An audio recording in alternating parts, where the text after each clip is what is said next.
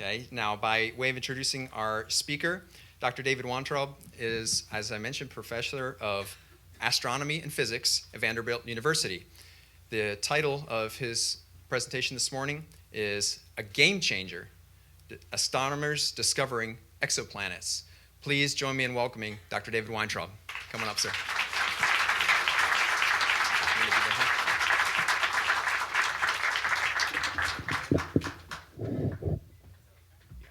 This is my clicker. All right, good morning. Since part of your theme is to wonder more, I think that's what I'm talking about. You need to wonder more about other planets in the universe. So let me get started. There's a slide up there for you to amuse yourself with for a moment. If you read it to the end and don't get it, then we'll talk afterwards. All right, while you're looking at that. All right. So I'll call this profound and staggering. Okay. When I was 10 years old, and when most of you were young, we could recite all the names of every planet known in the entire universe. We even had a familiar mnemonic to help us remember those names. See if I can get the clicker right. There we go. My very earthly mother just served us 9 pizzas. Mercury, Venus, Earth, Mars, Jupiter, Saturn, Uranus, Neptune, and Pluto. Every planet known in the entire universe. And all 9 of those known planets orbited a single star, our sun. By the 1990s, astronomers had been searching for planets around other stars for many decades. In the 1940s, a few astronomers announced that they had, for the first time, discovered a planet around another star. Their discovery was quickly proven wrong. This pattern repeated in the 1950s, in the 1960s, in the 1970s. This became embarrassing. By the time I joined the professional astronomy community in the 1980s, nobody was hunting for planets.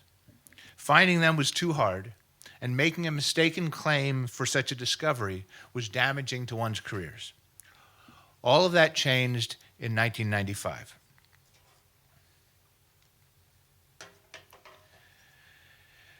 In 1995, a true revolution in astronomy began. In a paper published in November 1995, 2 Swiss astronomers announced the discovery of a planet similar in almost all respects to Jupiter, around a star that is a near twin star to our sun. The star is known as 51 Pegasus, and it lies at a distance of about 51 light years from us. The one way in which the newly discovered planet differs from Jupiter is that it orbits its parent star in only 4 days, whereas Jupiter needs 12 years to complete a single orbit. By virtue of the star and the giant planet being so close together, the gravitational tugging of the planet on the star is large enough for the planet to move the star. And that motion is large enough to be measurable by astronomers with their telescopes. The result is that the star moves first toward the Earth and the sun, and then away from the Earth and the sun, synchronously with the planet orbiting the star. What we measure is called the radial velocity of the star as it executes this cosmic dance, alternating between being blue shifted by up to 50 meters per second and then being red shifted by up to 50 meters per second. When I first saw a plot of the data for 51 Pegasus, I was knocked out of my socks. 50 meters per second. I didn't know that astronomers could measure a velocity, a motion that small. But unbeknownst to me, several groups of astronomers had indeed figured out how to do just that. And they could measure stellar speeds as low as 10 meters per second. 10 meters per second, by the way, is a speed that would allow any of you to run a 100-meter race in 10 seconds. If you did that, you would not quite have been fast enough to qualify for the Olympic Games in Rio, but you'd be running pretty fast. This means we have tools that enable us to measure the motions of stars at speeds that are comparable to the speeds of human runners. Since 1995, the speed limit for astronomers has been knocked steadily downwards and is now below 1 meter per second. That's the speed at which we walk. That's truly astounding. This technique of discovering planets indirectly because of the gravitational effect they have on their host stars is known as the radial velocity technique. This technique launched the revolution in astronomy in which we are now immersed, an era in which the discovery of planets around other stars is almost easy. A second technique, try again, there we go. A second technique known as the transit method allows us to detect planets when the planet passes in front of the star and blocks a small fraction of the total light emitted by the star. If a planet is big, it blocks more of the star's light during a transit than would a small planet, so big planets are easier to find than small planets with this technique. In 1990, we knew of exactly 0 planets around other stars. In 1995, that number grew to 1. And with that discovery, a cottage industry emerged with teams of astronomers around the world hunting for planets. By 2000, the number of planets had ballooned to 50. 5 years later, the number of planets around other stars had tripled to 150. Another 5 years later, in 2010, the number of planets had nearly tripled again to just over 400. At this time, I began to wonder where the pace of discovery might take us. Many of you will remember Moore's Law, named for Gordon Moore, one of the founders of the Intel Corporation. In 1965, Gordon Moore famously said that the number of transistors in a dense integrated circuit would double approximately every 2 years. Skeptics said this could not continue for long. Now, 50 years later, Moore's Law still holds true. I looked at the number of planets discovered and wondered if something like Moore's Law could apply to the rate of planet discoveries. Could the number of known exoplanets continue to triple every 5 years? If so, we would know of 1,200 planets by 2015, 3,600 planets by 2020, 10,000 planets in 2025, 30,000 in 2030, 100,000 in 2035, 300,000 by 2040, and more than 1 million planets by 2045. More than 1 million planets. Wouldn't that be incredible? If this version of Moore's Law holds for the discovery of planets, we should know of more than 1,200 planets by now, in 2016. And how many are known? As of yesterday, 3,558. I don't know about today. That's the number we should know by 2020, not 2016. Moore's Law seems to be working. The big contributor to planet discoveries for the last few years has been NASA's Kepler satellite, which observed about 150,000 stars and has discovered several thousand planets using the transit technique. Since most planets should not have orbits that produce transits, we know statistically from the Kepler measurements that almost all stars are likely to have planets. We're not guessing anymore. All stars. What next? The European Space Agency launched the mission known as Gaia in December of 2013. The data is just coming back now. The stated goal for Gaia is to discover thousands of planets within 650 light years of Earth. According to the Gaia website, for stars within a distance of approximately 150 light years from the Sun, Gaia is expected to find every Jupiter-sized planet with an orbital period between 1.5 and 9 years. Estimates suggest that Gaia will detect between 10,000 and 50,000 planets beyond our solar system. NASA is scheduled to launch the Transiting Exoplanet Survey Satellite Mission, TESS, in 2018. The goal of TESS is to discover thousands of planets in the solar neighborhood, nearby planets. The European Space Agency is in the planning stages for what's called the Plato mission, to be launched in 2024, whose goal is to find super-Earths in habitable zones of their planets. Plato will survey 1 million stars and should identify several tens of thousands of planets, and probably more. And NASA is planning a mission called WFIRST, which will detect planets through 2 other techniques, one called microlensing and another known as direct imaging. Meanwhile, down here on Earth, dozens, and I really mean dozens, of other survey teams are at work. Princeton runs a global network of small telescopes known as HATNet. The H stands for Hungarian, don't ask. Vanderbilt and Ohio State universities have 2 telescopes dedicated to planet hunting. One is located in South Africa, the other in New Mexico. A consortium of United Kingdom universities has telescopes in the Canary Islands and in South Africa dedicated to planet hunting. The European Southern Observatory has a dedicated project on a telescope in Chile. Everyone is looking for planets. In astronomy, this is the biggest field of research today. Within a generation, we will have a phone book with the names and addresses and phone numbers of more than 1 million planets around other stars.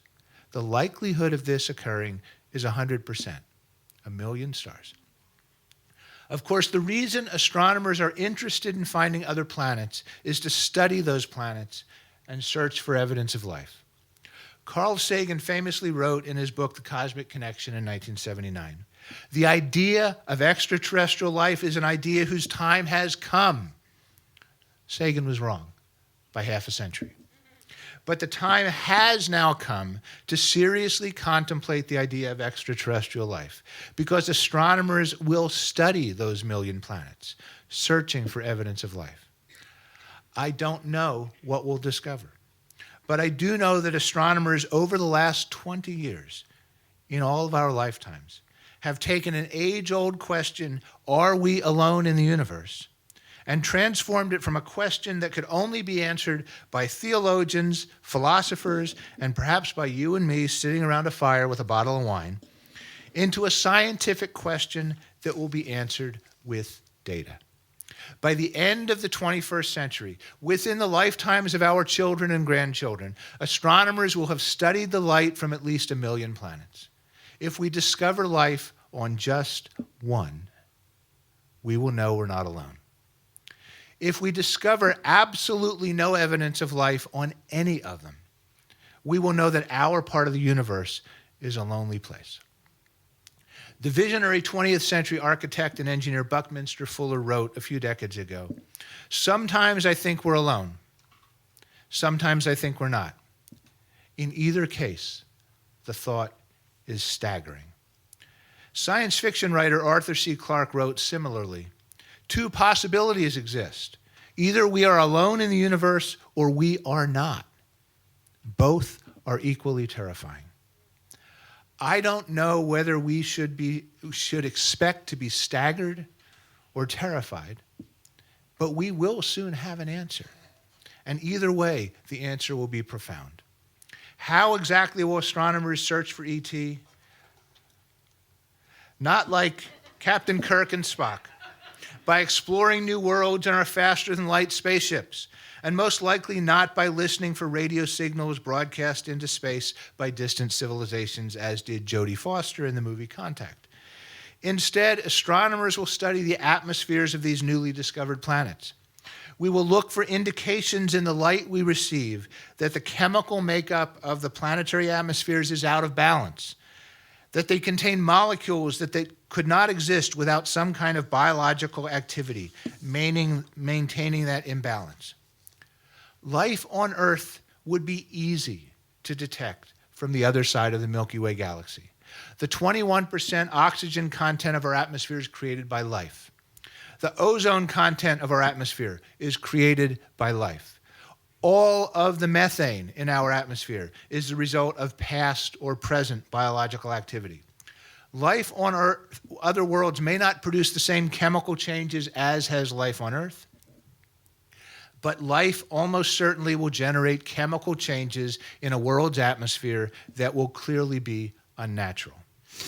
The possibility that we might discover life beyond the Earth during my lifetime or my children's lifetimes led me to wonder what impact such a discovery would have on us. Why exactly would the discovery of ET be so profound, so staggering? The discovery of ET, whether primitive life forms or advanced life forms, would be proof that life on Earth is not unique. And where there is life, there is the possibility, perhaps even the necessity, that species will evolve and become intelligent. Thus, any discovery of life of any kind beyond the Earth suggests very strongly that other spiritual beings exist in the universe, who are capable of contemplating the meaning of their own existence. If these beings are able to recognize their own finite lifetimes, that they as individuals are born and will die, they almost certainly will invent philosophy and perhaps religion. If you remember one thing from this short presentation this morning, it should be this. Maybe tomorrow, maybe by the end of the 21st century, we will have an answer to the age-old question, are we alone in the universe? And that, my friends, will be both profound and staggering. Thank you.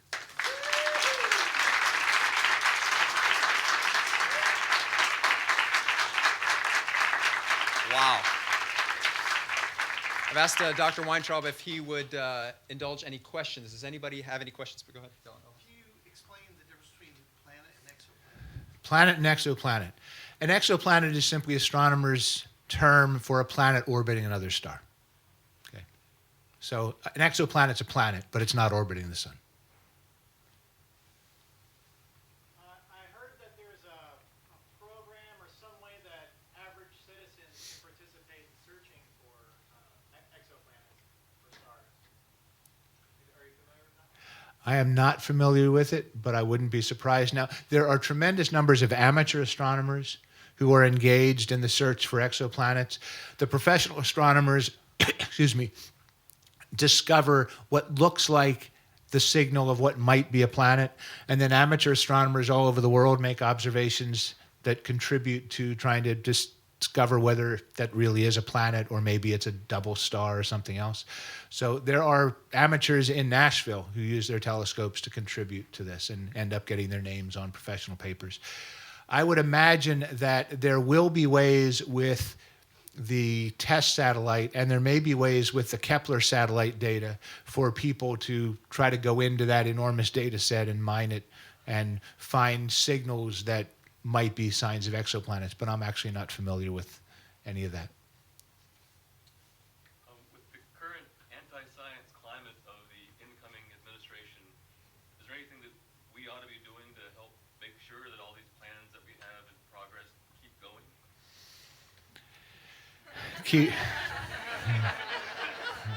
It's going to be an interesting year. Okay? We need to keep talking about the importance of science. This particular area of science, searching for exoplanets, it doesn't feed the hungry. It doesn't house the homeless. It doesn't protect us from terrorists. This is basic science. And basic science is certainly under threat and has been under threat for decades. It's not targeted science. The defense for astronomers is that by doing basic science, we end up discovering things that become very practical. We just don't know what those practical things are because that's not what we're trying to do, but it happens. This is the argument that said, Tang was invented to go to the moon, which isn't quite right, but it sounds good. Okay? It truly is critical that we continue to do basic science, and I think anything anybody can do to argue for the importance of doing that is correct. For most of us, if you think about the hospital across the street, it's full of accidental discoveries in basic science, X-ray machines, PET scan machines, MRI machines. I think of a hospital as a physics experiment. Okay? But none of those things were invented in order to do medicine, nuclear medicine. None of this was done for medicine. It was done for basic science, but it ends up having tremendously important applications. So we need to keep arguing for the importance of basic science. The James Webb Telescope is to be launched as a 2018, I think. Is there anything in particular that you're excited about learning from it? The James Webb Telescope will be launched in 2018, hopefully. Okay. It is the successor to the Hubble Space Telescope. It's designed to be optimized to work at infrared wavelengths instead of visible wavelengths, but you'll still get really pretty pictures. At infrared wavelengths, the goal is to be able to see very, very faint things which are very, very far away in the universe. It's a big telescope, and visible light is redshifted into the infrared. So the most distant objects in the universe are better seen in the infrared. But in the infrared, that's also the wavelengths at which we can study planets' atmospheres.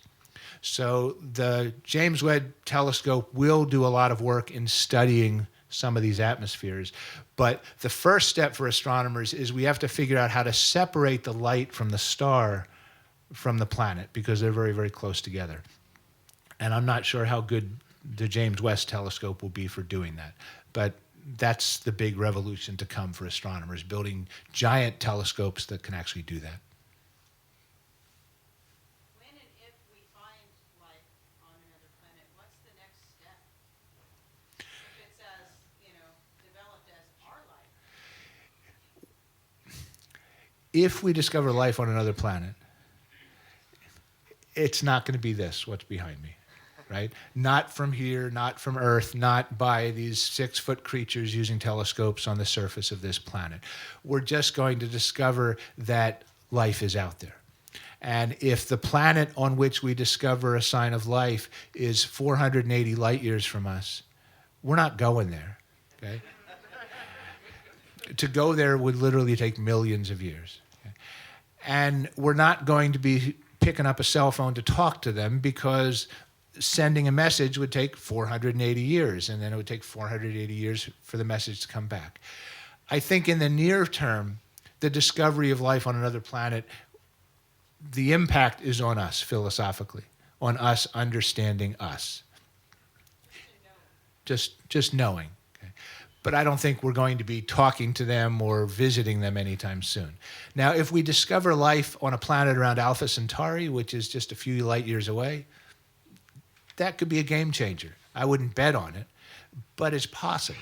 Okay? Because a few light years, we could go there in a human lifetime if we decide to create rocket technology that's much more advanced than we currently have. And one of the things that the discovery of life on other worlds might stimulate is a tremendous investment in rocket technology, so that it would only take a few years instead of a few thousand or million years to travel between the stars.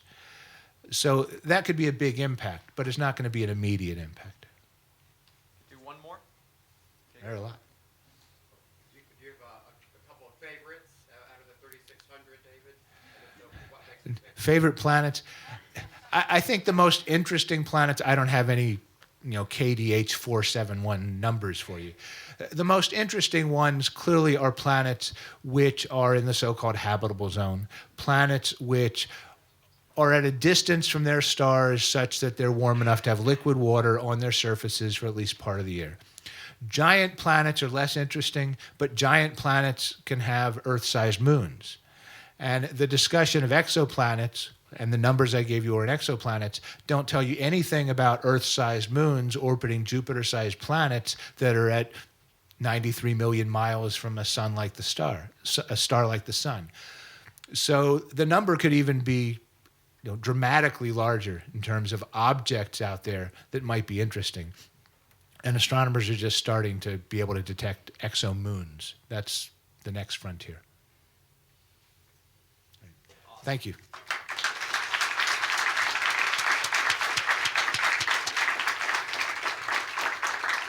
Wow. I will follow that by saying this. There's a lot of places you could be in Nashville on a Sunday morning. Nowhere will they kick things off with 2 songs by Queen. And nowhere will you get to find out anything as interesting, fascinating, as enlightening as what we just witnessed. So thank you again, Dr. Weintraub. Appreciate it.